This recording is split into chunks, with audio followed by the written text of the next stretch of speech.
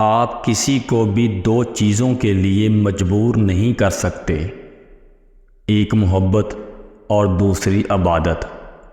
دونوں دل سے ہوتی ہیں اور دونوں کا رشتہ روح سے جڑا ہوتا ہے۔ بسم اللہ الرحمن الرحیم۔ شروع کرتا ہوں اللہ کے نام سے جو بڑا مہربان اور نہایت رحم والا ہے۔ لوگ بے جان چیزوں کے ٹوٹنے پر برہم ہوتے ہیں، اداس ہو جاتے ہیں، پریشان ہو جاتے ہیں، لیکن انسان کا دل توڑ کر نہ کبھی کوئی برہم ہوا ہے، نہ اداس ہوا ہے، نہ پریشان ہوا ہے، کیونکہ ہم لوگ چیزوں سے محبت کرتے ہیں، انسانیت سے نہیں۔ زندگی آسان کسی کی بھی نہیں ہوتی، بس اپنی اپنی اداکاری ہوتی ہے۔ کوئی جیل لیتا ہے اور کسی میں برداشت کرنے کی طاقت ختم ہو جاتی ہے۔ کوشش کرو زندگی کا ہر لمحہ اپنی طرف سے ہر کسی کے ساتھ اچھے سے اچھا گزارو، کیونکہ زندگی نہیں رہتی پر اچھی یادیں ہمیشہ زندہ رہتی ہیں۔ غلط ہو بھی جائے تو بھی یہی سوچو کہ ٹھیک ہو جائے گا۔ مایوسی سے ہارنا نہیں چاہیے، بلکہ مایوسی کو ہرا دینا چاہیے۔ امید بڑے کام کی چیز ہے، اسے سنبھال کر رکھنا چاہیے۔ زندگی بہت تھوڑی سی ہے، کسی سے نفرت یا کسی کا برا سوچ کر شاید ہم اپنی انا کی تسکین تو کر لیں، مگر یقین جانیے ہمارے اندر کا انسان کبھی خوش نہیں رہ پائے گا۔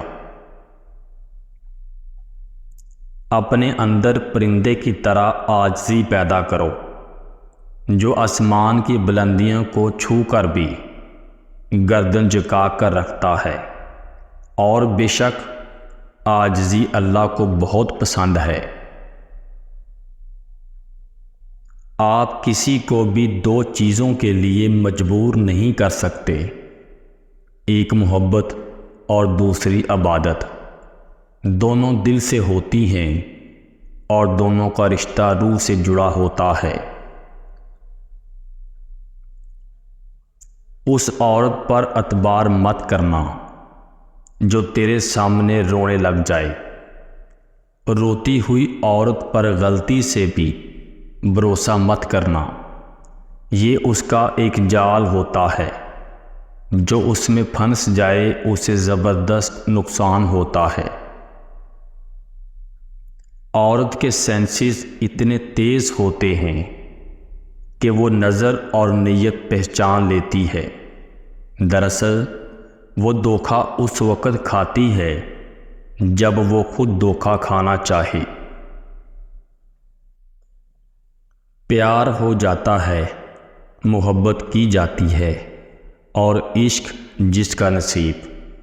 انسان فانی اور اللہ باقی ہے، اور عشق رب کی پناہ ہے، اور جسے بقا کی امان ہو اسے فنا نہیں۔